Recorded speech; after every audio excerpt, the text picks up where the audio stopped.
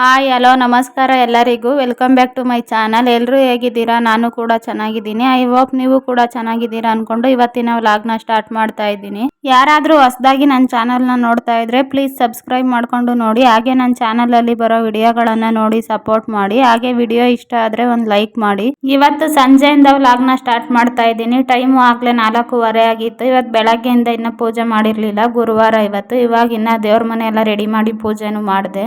ಒಂದೊಂದು ದಿನ ಬೆಳಗ್ಗೆನೆ ಮಾಡ್ತೀನಿ ಪೂಜೆನ, ಒಂದೊಂದು ದಿನ ಕೆಲಸ ಜಾಸ್ತಿ ಇದ್ದಾಗ ಸಾಯಂಕಾಲದ ಹೊತ್ತು ಮಾಡ್ತೀನಿ ಪೂಜೆ. ಇವತ್ತೊಂದು ಸ್ವಲ್ಪ ಅಡುಗೆ ಮನೆ ಎಲ್ಲ ಡೀಪ್ ಕ್ಲೀನ್ ಮಾಡೋದಿತ್ತು. ಅಡುಗೆ ಮನೆ ಎಲ್ಲ ಡೀಪ್ ಕ್ಲೀನ್ ಮಾಡಿ ಒಂದು ಸ್ವಲ್ಪ ಧೂಳೆಲ್ಲ ಕೊಡ್ವಿ.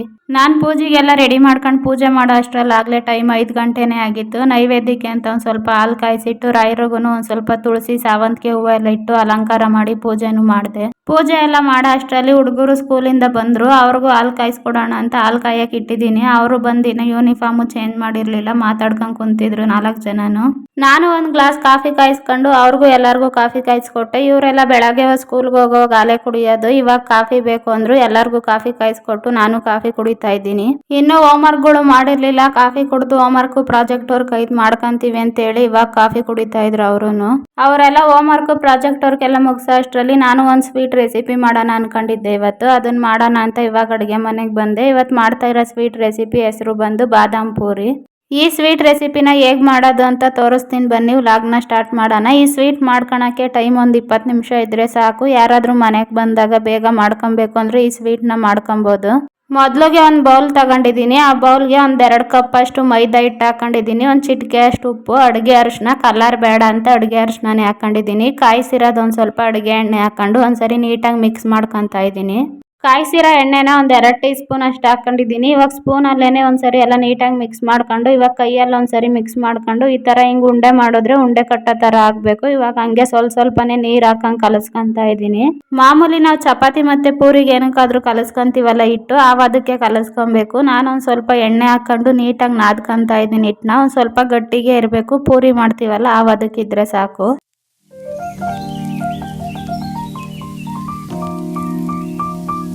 ಈ ಥರ ಹಿಟ್ಟನ್ನ ಒಂದು 4-5 ನಿಮಿಷ ಚೆನ್ನಾಗಿ ನಾದ್ಕೊಂತಿದ್ದೀನಿ. ಈ ಥರ ನಾದ್ಕೊಂಡ್ರೆ ಪೂರಿ ಮಾಡೋವಾಗ ಚೆನ್ನಾಗಿ ಬರ್ತವೆ. ಈ ಥರ ನೋಡ್ರಿ ಗಟ್ಟಿಗೆ ಕಲಸ್ಕೊಂಡಿದ್ದೀನಿ. ಇವಾಗ ಒಂದು 5 ನಿಮಿಷ ಮುಚ್ಚಿಕ್ಕಿ ಇದನ್ನ ನೆನೆಯಕ್ಕೆ ಬಿಡ್ತಾ ಇದ್ದೀನಿ. ಹಿಟ್ಟೆಲ್ಲ ನೆನೆಯೋ ಅಷ್ಟರಲ್ಲಿ ಇವಾಗ ಒಂದು ಸ್ವಲ್ಪ ಕೊಬ್ಬರಿನ ಪೌಡ್ರು ಮಾಡ್ಕೊಬೇಕು. ಕೊಬ್ಬರಿನ ಈ ಥರ ಎಲ್ಲ ಒಂದು ಸ್ವಲ್ಪ ಸಣ್ಣಗೆ ಹಚ್ಕೊಂಡಿದ್ದೀನಿ. ಇದನ್ನೊಂದು ಮಿಕ್ಸಿ ಜಾರ್ಗೆ ಹಾಕೊಂಡು ಇದನ್ನ ಇವಾಗ ಒಂದು ಸ್ವಲ್ಪ ನುಣ್ಣಗೆ ಪೌಡ್ರು ಮಾಡ್ಕೊತಾ ಇದ್ದೀನಿ.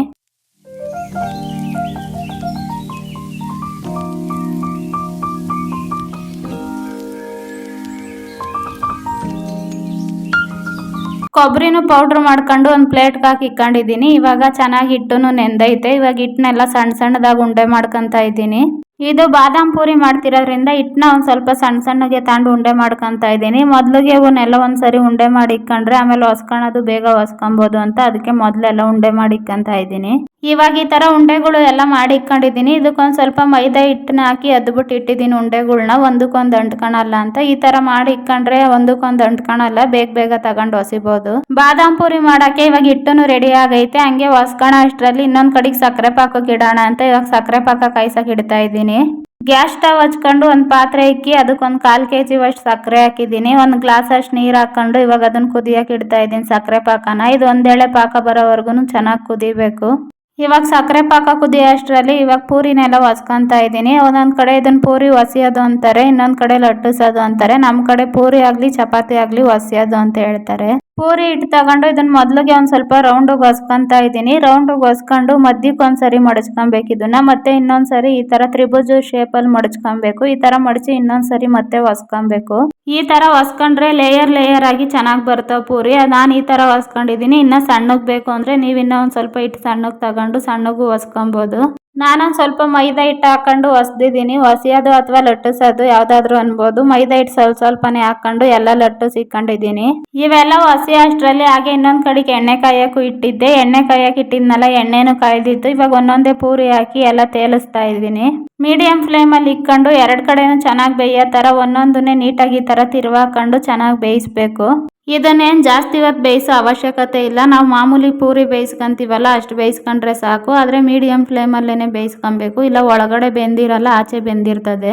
ಈ ಕಡೆ ಇವನ್ನೆಲ್ಲ ಬೇಯಿಸ್ಕೊಳ್ಳೋ ಅಷ್ಟರಲ್ಲಿ ಈ ಕಡೆ ಸಕ್ಕರೆ ಪಾಕನೂ ರೆಡಿ ಆಗ್ತಾ ಇತ್ತು. ಇನ್ನೊಂದು ಸ್ವಲ್ಪ ಪಾಕ ಬರ್ಬೇಕು ಸಕ್ಕರೆ ಪಾಕ. ಇವಾಗ ಇವು ಬೆಂದಿದ್ದ ಪೂರಿ ಇವನ್ನು ತೆಗಿತಾ ಇದ್ದೀನಿ. ಇವಾಗ ಹೊಸ್ದಿರೋ ಪೂರಿಗಳ್ನೆಲ್ಲಾನು ಎಣ್ಣೆಗೆ ಹಾಕೊಂಡು ತೇಲಿಸ್ಕೊಂಡು ಇಕ್ಕೊಂಡು ಆಮೇಲೆ ತೋರಿಸ್ತೀನಿ ರೆಸಿಪಿನ ಹೇಗ್ ಮಾಡೋದು ಅಂತ. ಇವಾಗ ಪೂರಿಗಳ್ನು ಎಲ್ಲ ತೇಲ್ಸ್ ಇಕ್ಕೊಂಡ್ ಆಗೈತೆ ನೋಡ್ರಿ, ಇಷ್ಟ ಆಗೋ ಪೂರಿಗಳು. ಇವಾಗ ನಾನ್ ಪೂರಿ ಎಲ್ಲ ರೆಡಿ ಮಾಡ್ಕೊಳೋ ಅಷ್ಟರಲ್ಲಿ ಸಕ್ಕರೆ ಪಾಕನೂ ರೆಡಿ ಆಗೈತೆ. ಈ ತರ ಒಂದೇಳೆ ಸಕ್ಕರೆ ಪಾಕ ಬಂದ್ರೆ ಸಾಕು. ಈ ತರ ಕೈ ಹಿಂಗ್ ತಗೊಂಡ್ ನೋಡಿದ್ರೆ ಅಂಟಿಸ್ಬೇಕು. ಈ ತರ ಆ ತರ ಬಂದ್ರೆ ಒಂದೇಳೆ ಸಕ್ಕರೆ ಪಾಕ ರೆಡಿ ಆಗೈತೆ ಅಂತ. ಸಕ್ಕರೆ ಪಾಕಕ್ಕೆ ಇಟ್ಟು ಕುದಿಯೋವಾಗ 2 ಏಲಕ್ಕಿ ಚೆಚ್ಚ ಹಾಕಿದ್ದೆ, ಅದು ಕ್ಯಾಪ್ಚರ್ ಆಗಿಲ್ಲ. ನೀವು ಮಾಡೋವಾಗ ಸಕ್ಕರೆ ಪಾಕ ಕುದಿಯೋವಾಗ್ಲೇನೆ 2 ಏಲಕ್ಕಿ ಚೆಚ್ಚ ಹಾಕೊಳ್ರಿ. ಒಂದೇಳೆ ಪಾಕ ಬಂದ್ಮೇಲೆ ಗ್ಯಾಸ್ ಸ್ಟವ್ ಆಫ್ ಮಾಡಿ ಒಂದ್ ಅರ್ಧ ಹೋಳಷ್ಟು ನಿಂಬೆಹಣ್ಣು ಹಾಕ್ಬಿಟ್ಟು ನೀಟಾಗಿ ಎಲ್ಲ ಒಂದ್ಸರಿ ಮಿಕ್ಸ್ ಮಾಡ್ಕೊಂಡಿದ್ದೀನಿ. ಇವಾಗ ಸಕ್ಕರೆ ಪಾಕನು ರೆಡಿ ಆಗೈತೆ. ಪೂರಿ ಕರ್ದಿಟ್ಟಿದ್ನಲ್ಲ ಅದನ್ನ ಸಕ್ಕರೆ ಪಾಕಕ್ಕೆ ಹಾಕೊಂಡು 2 ಕಡೆನೂ ನೀಟಾಗಿ ಎರಡನ್ನೂ ಹಿಂಗ್ ತಿರ್ವಾಕೊಂಡು 2 ಕಡೆನೂ ಒಂದ್ 5 ನಿಮಿಷ ಚೆನ್ನಾಗಿ ನೆನೆಸ್ಕೊಬೇಕು ಸಕ್ಕರೆ ಪಾಕದಲ್ಲಿ. ಇದು ಸಕ್ಕರೆ ಪಾಕದಲ್ಲಿ ನೆಂದಷ್ಟು ಟೇಸ್ಟ್ ಚೆನ್ನಾಗಿರ್ತದೆ. ನಾನು ಟೈಮ್ ಇರಲಿಲ್ಲ, ಅದಕ್ಕೆ ಒಂದು ಸ್ವಲ್ಪ ಬೇಗ ಈ ಥರ ತಿರುಗಿಸಿ ನೆನೆಸ್ತಾ ಇದ್ದೀನಿ. ನಿಮಗೆ ಟೈಮ್ ಇದ್ರೆ ಇವಾಗ ಹಾಕ್ಬಿಟ್ಟು ಒಂದು 5 ನಿಮಿಷ ಮುಚ್ಚಿಟ್ರೆ ಸಾಕು, ಚೆನ್ನಾಗಿ ಸಕ್ಕರೆ ಪಾಕದಲ್ಲಿ ನೆನ್ಕಂತದೆ. ಇವಾಗ ನಾನು ಹಾಕಾಗ್ಲೇ ಒಂದು 5 ನಿಮಿಷ ಆಗಿತ್ತು. ಇವಾಗ ಒಂದೊಂದೇ ಪೂರಿನ ತೆಗಿತಾ ಇದ್ದೀನಿ ಸಕ್ಕರೆ ಪಾಕದಿಂದ. ನಾನು ಪಾಕ ಕಾಯ್ಸೋಕ್ಕೆ ಒಂದು ಸ್ವಲ್ಪ ಚಿಕ್ಕ ಪಾತ್ರೆ ಇಟ್ಟಿದ್ದೆ, ಅದಕ್ಕೆ ಒಂದು ಸ್ವಲ್ಪನೇ ಹಾಕ್ಬಿಟ್ಟು ಪೂರಿನ ನೆನೆಸ್ಬಿಟ್ಟು ತೆಗಿತಾ ಇದ್ದೀನಿ. ನೀವು ಒಂದು ಸ್ವಲ್ಪ ಮಾಡೋವಾಗ ದೊಡ್ಡ ಪಾತ್ರೆನೇ ಇಕ್ಕೊಂಡು ಅದ್ರಲ್ಲಿ ಸಕ್ಕರೆ ಪಾಕ ಕಾಯಿಸ್ಬಿಟ್ಟು ಅದ್ರಲ್ಲಿ ನೆನೆಸ್ಕೊಳ್ರಿ. ನಾನು ಬಾದಾಮ್ ಪೂರಿನ ಮಾಡೋದು ನೋಡಿದ್ದೀನಿ, ನಾನು ಯಾವತ್ತೂ ಮಾಡಿರಲಿಲ್ಲ, ಅದಕ್ಕೆ ಇವತ್ತು ಮಾಡ್ತಾ ಇರೋದು. ಫಸ್ಟ್ ಟೈಮ್ ಟ್ರೈ ಮಾಡ್ತಾ ಇರೋದು. ಪರವಾಗಿಲ್ಲ, ಚೆನ್ನಾಗೇ ಬಂದಿದ್ದ ಬಾದಾಮ್ ಪೂರಿ. ನಮ್ಮನೇಲಿ ಎಲ್ಲರೂ ಇಷ್ಟಪಟ್ಟು ತಿಂದ್ರು, ಚೆನ್ನಾಗವೆ ಅಂತ ಹೇಳಿದ್ರು. ಫಸ್ಟ್ ಟೈಮ್ ಮಾಡಿದ್ರು ಚೆನ್ನಾಗೇ ಬಂದಿತ್ತು. ಸಕ್ಕರೆ ಪಾಕದಲ್ಲಿ ಎಲ್ಲ ನೆನೆಸಿ ತೆಗ್ದಿಕೊಂಡಿದ್ನಲ್ಲ, ಇದನ್ನ ಇವಾಗ ಅವಾಗಲೇ ಕೊಬ್ಬರಿ ಪೌಡ್ರ್ ಮಾಡಿಕೊಂಡಿದ್ನಲ್ಲ, ಅದಕ್ಕೊಂದ್ಸರಿ ನೀಟಾಗಿ ಈ ಥರ 2 ಕಡೆ ಸೈಡನ್ನು ಅದ್ಬಿಟ್ಟು ಒಂದು ಪ್ಲೇಟಿಗೆ ಜೋಡಿಸ್ಕೊಂಡಿದ್ದೀನಿ. ಅದೇ ಥರ ಎಲ್ಲ ಬಾದಾಮ್ ಪೂರಿನೂ ರೆಡಿ ಮಾಡಿ ಇಟ್ಕೊಂಡಿದ್ದೀನಿ. ಬಾದಾಮ್ ಪೂರಿ ಟೇಸ್ಟ್ ಅಂತೂ ಸೂಪರ್ ಆಗಿ ಬಂದಿತ್ತು. ಈ ತರ ಬಾದಾಮ್ ಪೂರಿನ ನಾನು ಫಸ್ಟ್ ಟೈಮ್ ಟ್ರೈ ಮಾಡಿರೋದು, ಚೆನ್ನಾಗೇ ಐತೆ. ನೀವು ಒಂದ್ಸರಿ ಈ ರೆಸಿಪಿನ ಟ್ರೈ ಮಾಡ್ರಿ, ಹೇಗ್ ಬಂತು ಅಂತ ಕಮೆಂಟ್ ಅಲ್ಲಿ ತಿಳಿಸ್ರಿ. ಈ ಬಾದಾಮ್ ಪೂರಿನ ಒಂದು 20 ನಿಮಿಷದಲ್ಲೇನೆ ಬೇಗ ಮಾಡ್ಕೊಬಹುದು.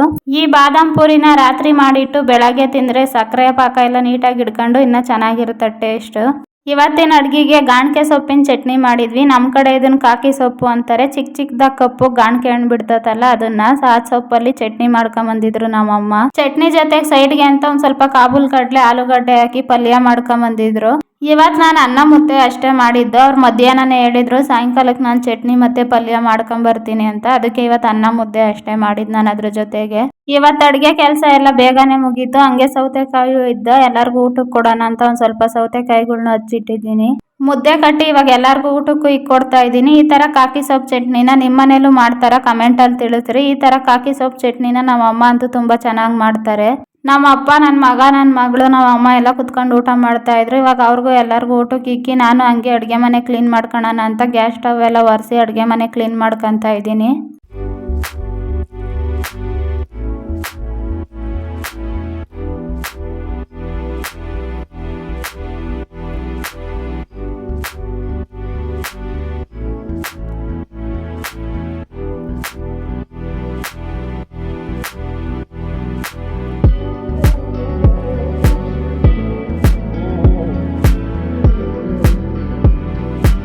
ಎಲ್ರಿಗೂ ಊಟನೂ ಇಕ್ಕೊಟ್ಟು ಸ್ವಲ್ಪ ಪಾತ್ರೆ ಇದ್ದಾವೆಲ್ಲ ತೊಳೆದು ಅಡುಗೆ ಮನೆಯೂ ಎಲ್ಲ ಒರೆಸಿ ನೀಟಾಗಿ ಎಲ್ಲ ಅಡುಗೆ ಮನೆಯೂ ಕ್ಲೀನ್ ಮಾಡ್ಕೊಂಡೆ. ಇವತ್ತು ಗುರುವಾರ ಅಲ್ವಾ, ಇನ್ನು ದೇವಸ್ಥಾನಕ್ಕೂ ಹೋಗಬೇಕು. ಇವಾಗ ದೇವಸ್ಥಾನಕ್ಕೆ ಹೋಗೋಕ್ಕೂ ರೆಡಿಯಾಗಿ ನಾನು ನಮ್ಮ ಮನೆಯವ್ರ ದೇವಸ್ಥಾನಕ್ಕೆ ಹೋಗ್ತಾ ಇದ್ದೀವಿ.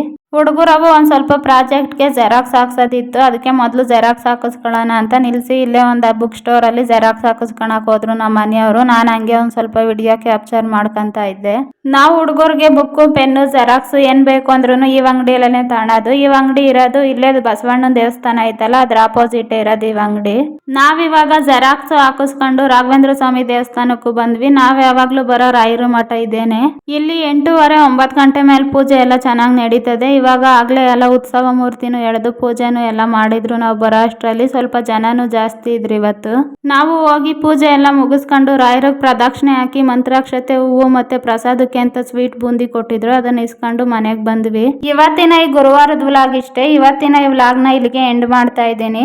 ಇವತ್ತಿನ ಈ ವ್ಲಾಗ್ ನಿಮ್ಗೆ ಇಷ್ಟ ಆಗಿದ್ರೆ ನನ್ನ ಚಾನಲ್ನ ಸಬ್ಸ್ಕ್ರೈಬ್ ಮಾಡ್ರಿ, ಹಾಗೆ ಲೈಕ್, ಶೇರ್, ಕಮೆಂಟ್ ಮಾಡ್ರಿ. Thank you for watching. ಮತ್ತೆ ಮುಂದಿನ ವ್ಲಾಗಲ್ಲಿ ಸಿಗೋಣ. ಪ್ಲೀಸ್ ಸಬ್ಸ್ಕ್ರೈಬ್ ಟು ರಾಯರ ವರ್ಲ್ಡ್ ಯೂಟ್ಯೂಬ್ ಚಾನಲ್.